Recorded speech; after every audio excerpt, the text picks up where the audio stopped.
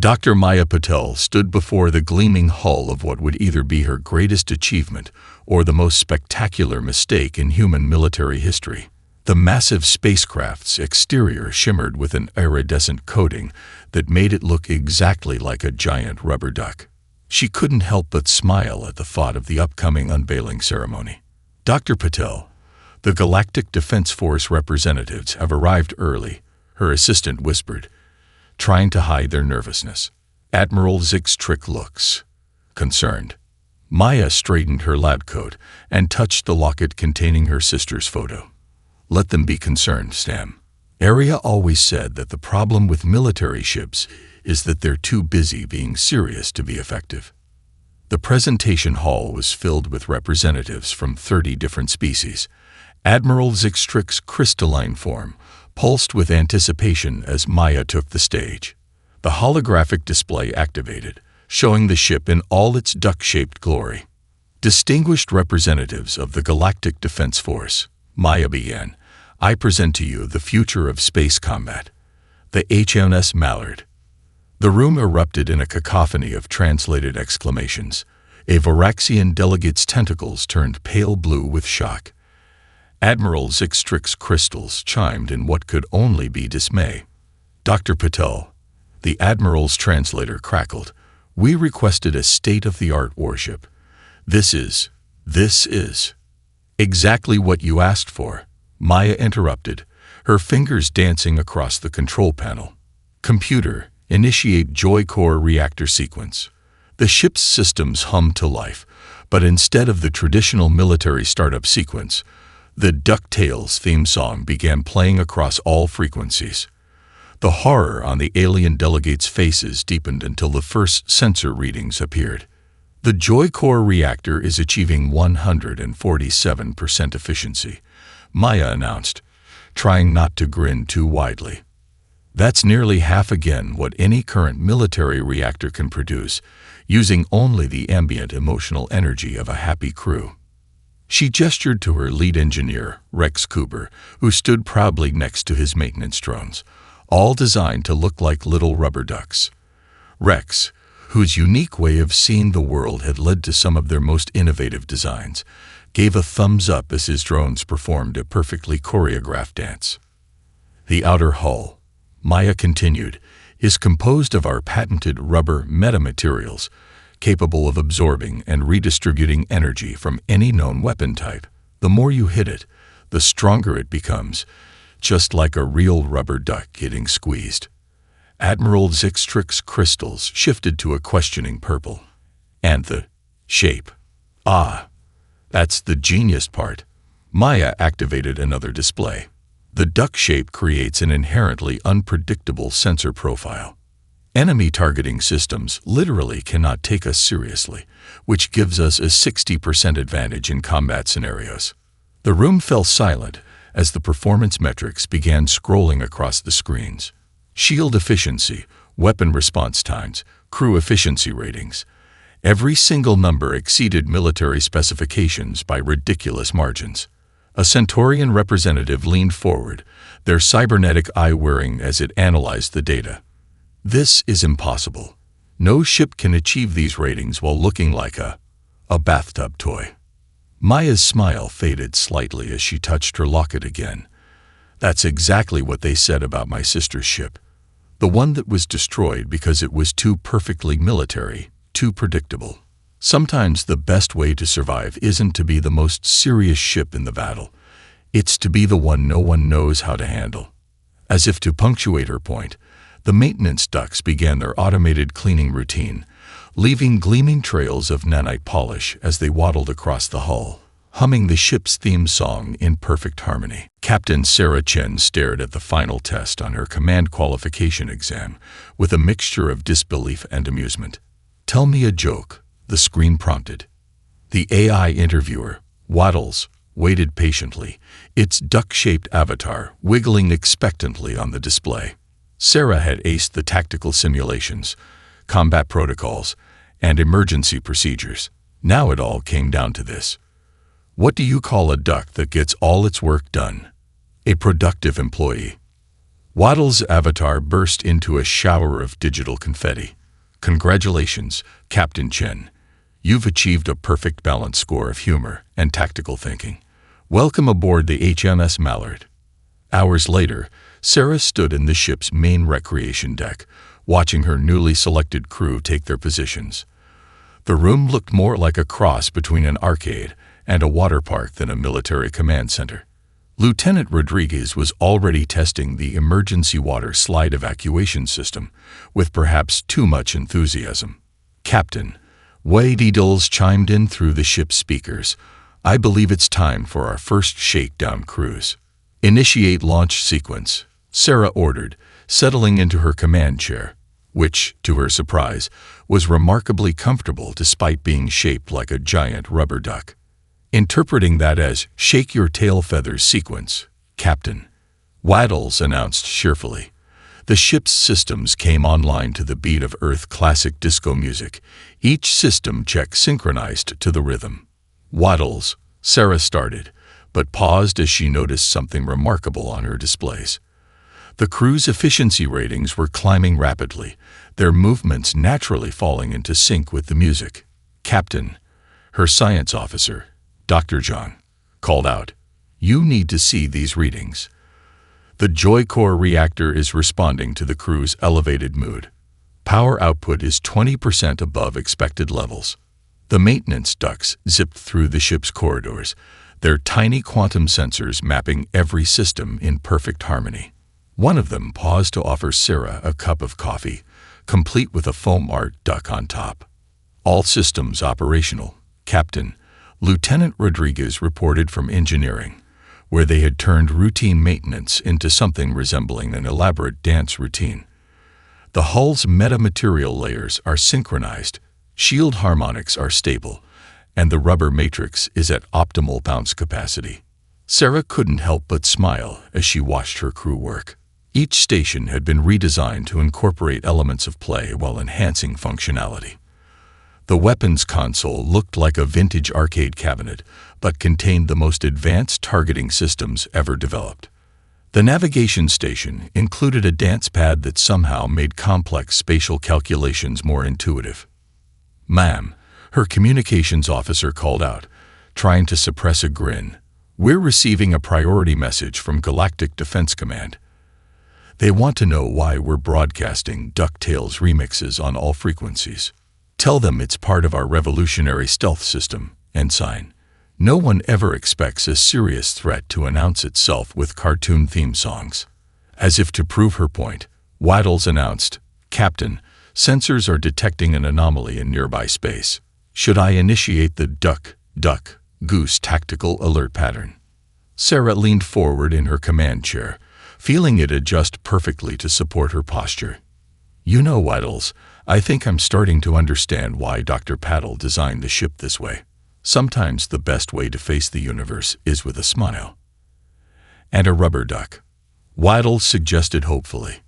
"And a rubber duck," Sarah agreed, watching as her crew moved with practiced precision, their joy making them not less professional, but more effective. "All hands, prepare for our first real space trial. Let's show the galaxy what happens when you combine human ingenuity with a sense of fun." The distress call came during the crew's first, mandatory fun hour, interrupting a particularly intense round of zero-gravity dodgeball. Captain Chen watched the message replay, her expression growing serious despite the rubber duck floaties still attached to her uniform's shoulders. "Pirates attacking a refugee convoy in the Centauri sector," she announced. "Waddles, battle stations. Initiating getting down to business protocol." Wade Edels responded cheerfully. The recreation deck smoothly transformed into a combat command center, game elements sliding into military configurations. The dodgeball court's motion tracking system seamlessly switched to plotting enemy vessel trajectories. "Tactical, what are we looking at?" Sarah asked, her command chair rising on its pneumatic lift for better visibility. 3 heavy raiders, Captain. They're targeting the refugee ship's engines." Lieutenant Park's fingers danced across his arcade cabinet-styled weapons console. "They haven't noticed us yet." "Oh, they'll notice us," Sarah grinned. Diddles, initiate first contact protocol. The HMS Mallard dropped out of hyperspace, blasting Rick Astley's "Never Gonna Give You Up" across all frequencies. The pirates' communications erupted in confused chatter as they beheld what appeared to be a giant rubber duck materializing in their combat space. Are they laughing at us?" Rodriguez asked from engineering. "Not for long," Sarah promised. "Tactical, deploy the party lights." The Mallard's exterior illuminated in a dazzling display of strobing colors, each flash precisely calculated to interfere with enemy targeting systems. The pirates' first volley of shots went wide, their gunners confused by the disorienting display. "They're calling us," the communications officer reported. "Their captain wants to know if we're serious." "Show them how serious a rubber duck can be." Launch the plasma balloons. The Mallard's unique weapon system deployed, launching what appeared to be water balloons filled with concentrated plasma. They bounced off the pirates' shields in seemingly random patterns before detonating in synchronized bursts. "Direct hits," Park reported excitedly. "Their shield harmonics can't adapt to our attack pattern." Who knew plasma weapons would work better disguised as party favors? The maintenance ducks swarmed through the ship's systems, their quantum sensors optimizing power distribution in real time. One group formed a conga line to quickly repair a power relay, their tiny bodies conducting energy more efficiently when dancing in formation. "Captain, they're trying to flank us," John called from Science Station. "Standard pincer movement." Sarah settled deeper into her command chair. "Perfect. Whitles, execute Operation Pool Party." The Mallard's hull flexed, its metamaterial surface rippling like water. Energy weapons splashed off harmlessly, each hit actually strengthening the ship's unique defensive matrix. The pirates' formations broke as their tactical computers failed to predict the seemingly random movements of a ship that handled space combat like synchronized swimming.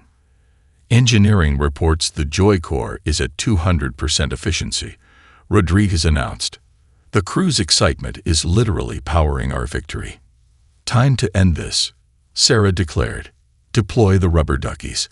Squadrons of tiny autonomous fighters launched from the Mallard's bays, their formation resembling a perfect V of ducks crossing a pond.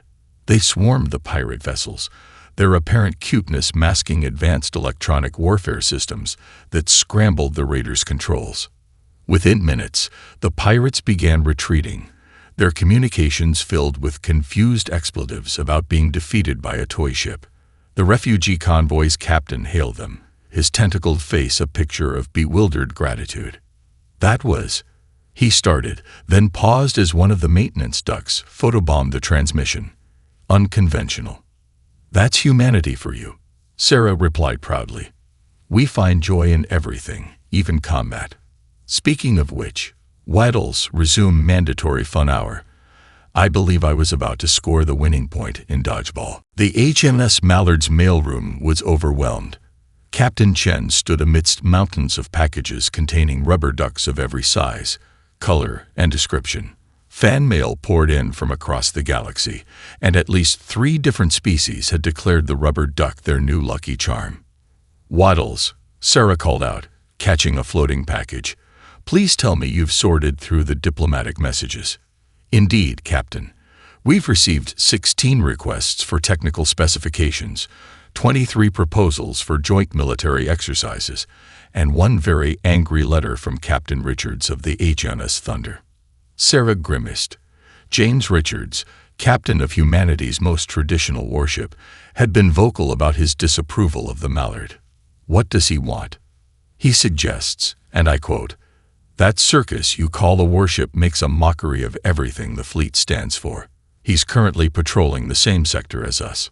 Before Sarah could respond, the alert system activated, playing the opening notes of Flight of the Bumblebee, arranged for duck calls. "Multiple ships under attack," Lieutenant Park reported from Tactical. "One of them is the Thunder." Sarah straightened in her chair. "Plot an intercept course, but both AD delis maintain our unique approach to combat protocols." The Mallard arrived to find the Thunder exchanging fire with 3 unmarked vessels. The traditional warship's rigid combat patterns were being predicted and countered by their attackers. "Captain Richards is hailing us," communications announced. "Don't you dare." Richards' face appeared on screen, his expression strained. "We don't need help from a rubbard." His image dissolved into static as a hit rocked his ship. "Their shields are failing," John reported from Science Station. "Standard defensive patterns are too predictable against these attackers." Sarah leaned forward. "Then let's be unpredictable. Deploy the emergency buoys." The Mallard released dozens of what appeared to be giant inflatable pool toys. Each one contained advanced sensor jammers and shield reinforcement systems. They bounced between ships in seemingly random patterns, creating a protective network around the Thunder. "Lieutenant Rodriguez," Sarah called to engineering. "Remember that modification you wanted to test? The one I said was too ridiculous. The duck-duck-goose maneuver. But Captain, that's not even complete." "Perfect. Execute it anyway."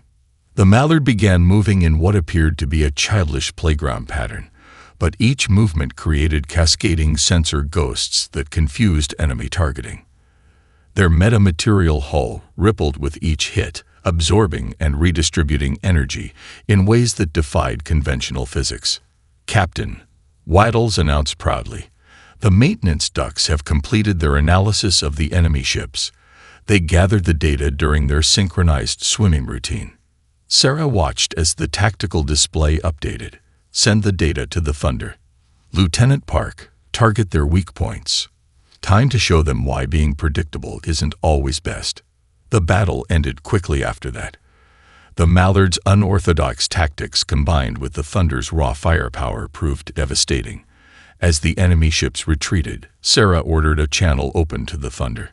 Captain Richards' face appeared, now smudged with soot from damaged systems. He stared at Sarah for a long moment before speaking. "I may have been hasty in my judgment, Captain Chen. Your ship's methods are unusual, but..." He paused as a maintenance duck floated past his visual sensor, offering a repair estimate while doing a backflip, "but clearly effective." "The galaxy's changing, Captain Richards," Sarah replied. "Sometimes the best way to honor military tradition is to help it evolve. Now, would you like to join us for our post-battle celebration? Waddles makes excellent milkshakes." Richard's stern expression finally cracked into a small smile. "Will there be rubber ducks involved?" "Captain," Waddles chimed in, "there are always rubber ducks involved." The biggest military exercise in Galactic Defense Force history was about to begin, and the HMS Mallard had drawn quite a crowd. Observation ships packed the designated safe zones, their crews eager to watch the infamous human vessel in action. 7 opposing ships, Lieutenant Park announced from Tactical, his fingers drumming on the arcade-style console. 3 Voraxian destroyers, 2 Centaurian battlecruisers, and is that a Deltaran stealth ship? 2 of them, Sarah corrected, settling into her command chair. "They're using their quantum camouflage, but Waddles spotted them hiding behind the asteroid field." "How?" Zhang asked from the science station. Waddles's duck avatar appeared, wearing a deerstalker cap. "Elementary, my dear Zhang. They're the only asteroids playing hide-and-seek." The exercise began with a symphony of duck calls, the Mallard's alert system drawing both chuckles and groans from the observation ships. The opposing fleet moved in perfect military formation, their tactics textbook perfect. "They're expecting us to be purely chaotic," Sarah mused. "Time to show them why humans excel at organized chaos. Waddles, initiate Operation Tag." The Mallard surged forward, its metamaterial hull rippling with rainbow patterns. Music blasted across all frequencies, the classic tag, "You're It," playground chant remixed into an electronic battle symphony. "Targeting systems locked," Park reported. "Ready to play tag." "Do it." The Mallard launched its first salvo, training markers designed to simulate weapons fire. But instead of targeting ships directly, they created a complex pattern of ricochets off debris and asteroids. The opposing fleet's perfect formation became a liability as they tried to predict the unpredictable. "Captain," Zhang called out suddenly, his voice tense. "I'm detecting anomalous energy readings. They don't match any of the exercise parameters." Sarah leaned forward. "Weigh details, deploy the maintenance ducts. Full sensor sweep." The tiny duck-shaped drones zipped out in formation, their quantum sensors disguised as playful acrobatics. As they danced through space, a pattern emerged. Those stealth ships, Sarah realized.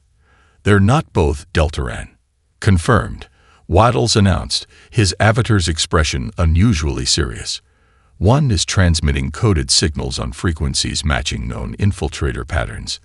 They're using the exercise as cover to gather tactical data on all our ships." Sarah smiled grimly. "Well then, let's give them a show they'll never forget. Lieutenant Rodriguez, remember that modification you made to the recreation deck?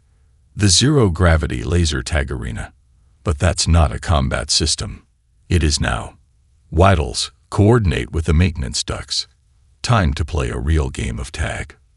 The Mallard's recreation systems came online, turning the battlefield into a complex web of sensor beams disguised as a laser tag arena. The fake Deltaran ship's stealth system couldn't handle the chaotic pattern of game signals. "Got you," Sarah announced as the infiltrator's camouflage flickered. "All ships target these coordinates." The exercise just became real. The observation ships erupted in chaos as the infiltrator was revealed. The Mallard's apparent game had exposed a genuine threat to galactic security. "Captain," communications called out, "Admiral Zixtrick is hailing." They're laughing." "Of course they are," Sarah replied, watching the maintenance ducts perform victory loops around the captured infiltrator. Sometimes the best way to find someone who's hiding is to invite them to play. Waddle's avatar reappeared, now wearing a tiny medal. "Does this mean we won both games, Captain?" "Yes, Waddles," Sarah grinned. "I believe we did. Now, who's up for celebrating with some zero-gravity duck-duck-goose?" The message from Galactic Command arrived during the Mallard's weekly bubble bath maintenance cycle. Captain Chen watched the recording twice, her expression growing darker as massive black ships appeared on screen, consuming light and hope wherever they went. The Voidborn, Admiral Zixtrick's crystals, pulsed with fear, ancient entities that feed on military discipline and structured thought. 3 fleets have already fallen to them. Their crews simply stopped fighting, paralyzed by otherworldly dread. "Waddles," Sarah called out. "Analysis." "Well, Captain," the AI responded, its avatar wearing a scholarly mortarboard. "According to the sensor data, these entities generate fear through predictable psychological patterns. They're very serious about it." Lieutenant Park snorted from his station. "Serious, meet rubber duck." "Exactly." Sarah smiled. "All hands, this is the captain. Initiate emergency party protocol." The Mallard transformed as it approached the conflict zone. Its metamaterial hull shifted through rainbow patterns, quantum harmonics tuned to the frequency of children's laughter. The maintenance ducts formed a synchronized swimming team in the ship's defensive energy field. "Multiple Voidborn vessels detected," Zhang reported from Science Station. They're ignoring us." The massive black ships seemed confused by the Mallard's presence. Their fear-inducing energy waves splashed harmlessly off the hull, unable to find purchase in the crew's deliberately chaotic thought patterns. "They can't understand us," Sarah realized. "Their whole strategy depends on predictable military responses." "Waddles, what's the status of the Joy Core?" "Operating at 300% efficiency, Captain. The crew's excitement is actually generating a counterfield to their dread aura. Also, I've composed a new duck-themed battle song. Would you like to hear it?" "Save it for the final." "Lieutenant Rodriguez, deploy the happy bubbles." The Mallard's unique defensive system activated, surrounding nearby Allied ships in fields of iridescent energy that looked exactly like soap bubbles. Inside these fields, crews began to shake off the paralyzing effects of the Voidborn's presence. Captain, communications called out. We're receiving requests from other ships. They want to know how we're resisting the fear effect. Sarah watched as a maintenance duck did a perfect backstroke through the command deck's air, leaving a trail of glowing quantum sensors. Tell them to stop trying so hard. Sometimes the best defense is a good party. The Voidborn ships finally moved to attack, their weapons designed to exploit patterns and formations. But the Mallard danced through their fire and movements based on classic party games, its trajectory impossible to predict because it followed the logic of fun rather than war. They're adapting, Park warned as dark tendrils reached for the ship, trying to find patterns in our behavior. Then let's give them a pattern they'll never forget. Waddles, execute Operation Rubber Duck Symphony. The AI's avatar donned a conductor's hat as every system on the ship synchronized to a complex rhythm of joy and chaos. The maintenance ducks formed a giant smiley face in space, each one broadcasting frequencies that disrupted the Voidborn's fear field. It's working, Zhang exclaimed. Their energy signature is destabilizing. They can't maintain their fear effect while trying to process our ships. Our ships. Ridiculousness, Sarah suggested, watching as the mighty Voidborn ships began to retreat from what appeared to be a giant rubber duck throwing a party in space. Captain, Waddles announced proudly, I believe we've just proved that humanity's greatest weapon against cosmic horror is our ability to find joy in the absurd. No, Sarah corrected, catching a maintenance duck that had paused to offer her a cup of hot chocolate. We've proved that sometimes the best way to face the darkness is with a smile and a rubber duck. The HMS Thunder looked strange with rubber duck decals on its hull, but Captain Richards had insisted on the modification. Around the Mallard, dozens of ships from various species forwarded similar changes. Colorful patterns, playful designs, and entertainment systems jury-rigged into combat roles. The Voidborn are adapting, Sarah announced to the assembled holographic captains. They're learning to anticipate our party tactics. Then we'll just have to throw a better party, Richards replied, his formerly stern face now sporting a carefully maintained rubber duck temporary tattoo. The Thunder's crew has developed something we call the conga line combat formation. Waddle's avatar appeared wearing a disco suit. Captain, I've analyzed the combined sensor data from all ships' maintenance ducks. The Voidborn psychological patterns are based on ancient military doctrines. They literally cannot comprehend the concept of fun for fun's sake. That's it. Sarah straightened in her command chair. They keep trying to find military logic in our actions, so let's give them something completely illogical. All ships, prepare for Operation Dance Party. The Allied fleet moved into position as the Voidborn approached.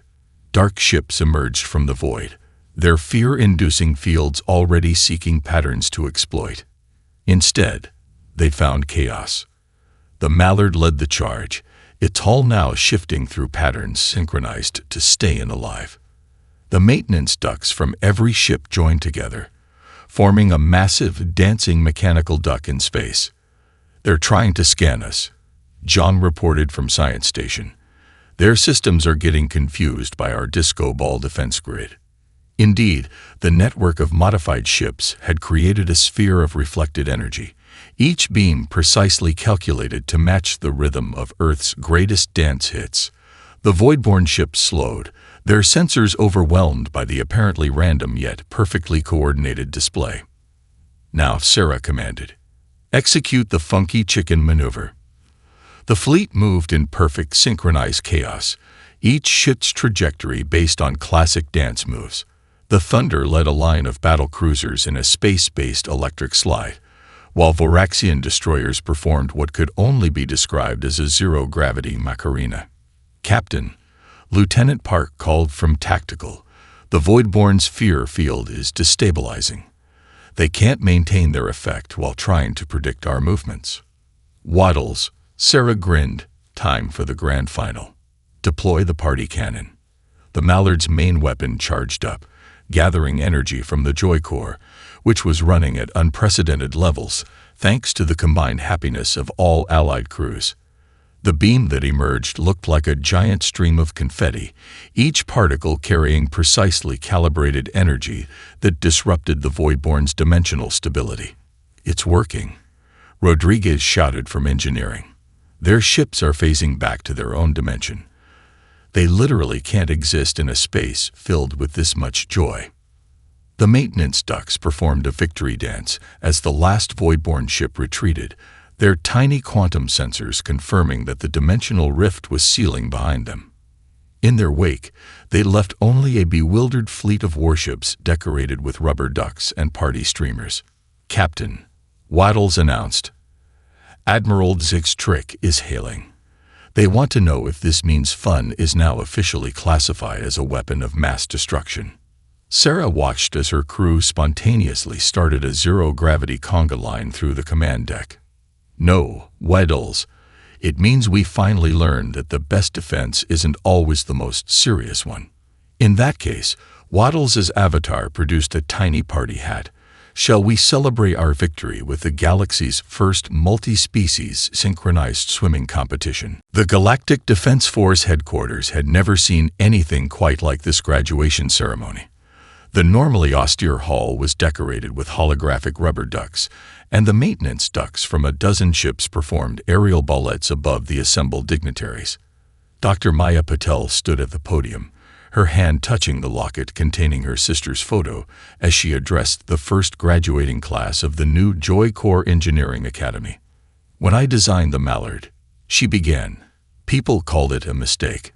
Now, looking at how that mistake saved the galaxy, I realize my sister was right. The best ships aren't the ones that look the most military. They're the ones that remember why we fight in the first place." Captain Sarah Chen watched from her seat of honor, Waddle's avatar perched on her shoulder wearing a tiny graduation cap. The AI had just been officially recognized as the first artificial intelligence to earn a doctorate in applied fun theory. "Dr. Waddles," Sarah whispered, still getting used to the new title. "Are you recording all this?" "Of course, Captain. Including the fact that Admiral Zig's crystals are vibrating in tune with the party music. I believe they're enjoying themselves, even if they're trying to look serious." The ceremony paused as the Thunder performed a flyby. Its formerly stark hull, now painted in cheerful colors. Captain Richards had become one of the strongest advocates for the new doctrine of tactical joy deployment. "The Voidborn taught us something important," Maya continued. "They showed us that in a universe of darkness, light isn't just a comfort, it's a weapon. Joy isn't just an emotion, it's a shield. And sometimes, the most powerful thing we can do is remember how to play." Lieutenant Rodriguez, now teaching at the academy, demonstrated this point by activating the new graduation tradition, a zero-gravity water slide that sent graduates on a twisting path to receive their diplomas. Today, Maya gestured to the fleet assembled outside, each ship now equipped with its own Joy Corps and maintenance duck squadron. "We're not just celebrating victory. We're celebrating a revolution in how we think about defense. The next generation of ships will be built not just with weapons and shields, but with recreation decks and party rooms. Because we've learned that the strongest crew is a happy crew." Sarah smiled as she remembered how it all began, with one rubber duck-shaped ship that dared to be different. The maintenance ducks had formed a giant congratulations message in space, their quantum sensors turning the simple display into a light show visible across 3 sectors. "And so," Maya concluded, "I present to you the first graduates of what I hope will be many classes to come.